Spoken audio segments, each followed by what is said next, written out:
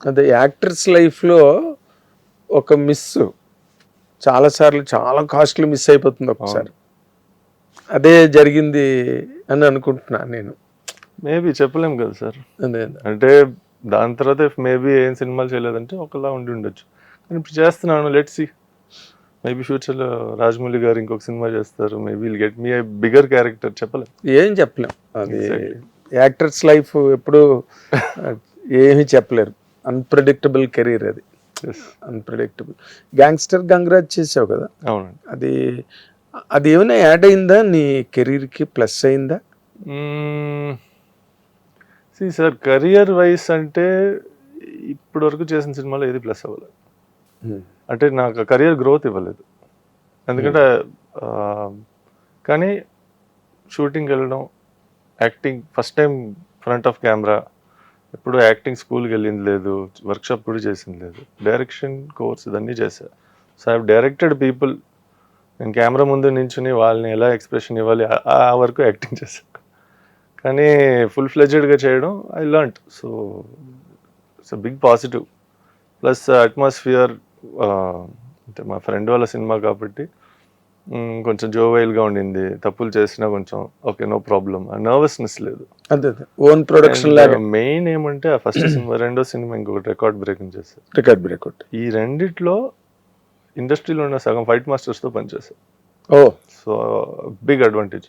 No stunt double. ఇప్పుడు హరిహర వీరమ్మలకు కూడా నో స్టంట్ డబుల్.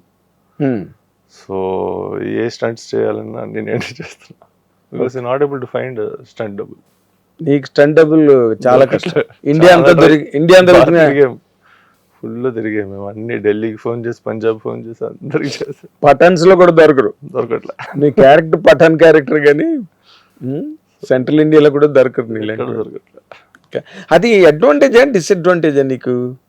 అంటే బికాస్ ఐ ప్లేడ్ స్పోర్ట్స్, మనకి కింద ఎలా పడ్డాం తెలుసు, హౌ టు ఫాల్, రోల్ అవ్వడం.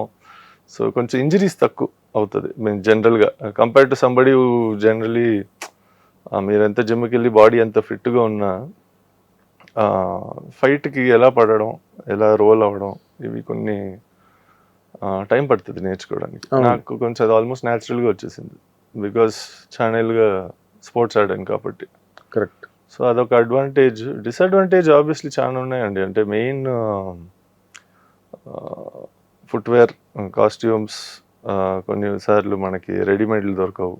సో నాకు వచ్చిన క్యారెక్టర్స్ కూడా ఆల్మోస్ట్ ఎలా ఉందంటే మనకి okay, it's not pop culture based clothing, ఎక్కువ కుర్తా పైజామా, ముస్లిం క్యారెక్టర్స్ రెండు సినిమాల్లో. సో దానివల్ల కొంచెం అదొక we could adjust, we could manage, but future lo it could be a disadvantage. Chapel, we have to see, depending on characterization. Yes. Shoe కుట్టించాలన్నా నీ size. In fact record break సినిమాలో మేము బాక్సింగ్ రింగ్లో ఫైట్ చేయాల్సి వచ్చింది. సో దానికి కరెక్ట్గా బాక్సింగ్కి shoes ఉంటాయి. అది సైజ్ 11 వరకే దొరికింది, నాది సైజ్ 15. So 4 sizes. సో అది బ్యాక్ కట్ చేసి అది ఆల్మోస్ట్ చెప్పుల్లో వేసుకుని ఒక 25 days అలా షూట్ చేశాను. సో ఏ మూమెంట్లో అయినా సడన్గా బయటకు వచ్చేస్తుంది, ఎందుకంటే షూ కాదు కాబట్టి.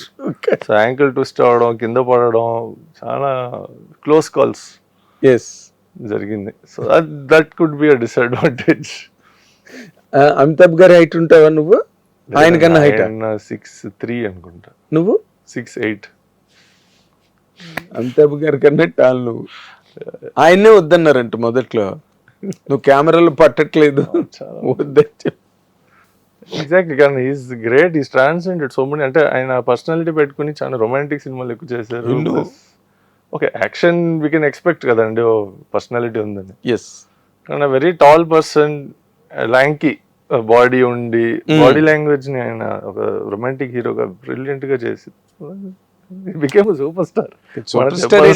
లెజెండ్ కదా, ఐకాన్.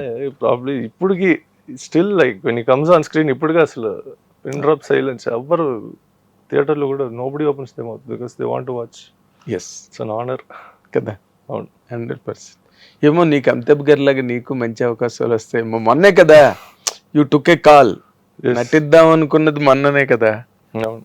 అంటే అది it's not like take a call అండి. మా ఫ్రెండ్ ఫోన్ చేశాడు, ఏ యాక్ట్ చేస్తావరా అని. ఎందుకంటే వాడికి తెలుసు నేను డైరెక్షన్ కథ రాస్తున్నాను ఇది అని.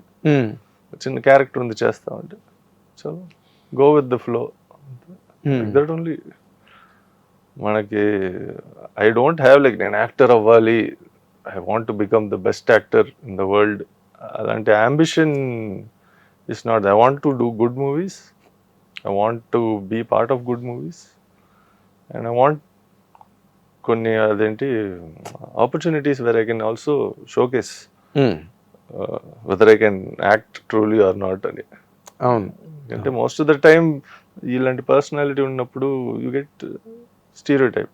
ఎక్కువ యాక్షన్ రోల్స్, లుక్ కూడా కొంచెం ఎక్కువ బియర్డ్ ఉండి హెయిర్ ఎక్కువ ఉండి, సో కొన్ని ఆప్షన్స్ లైక్ యూనో కొంచెం how to say different characterisations అలాంటి వస్తే maybe that's what I'm looking forward to.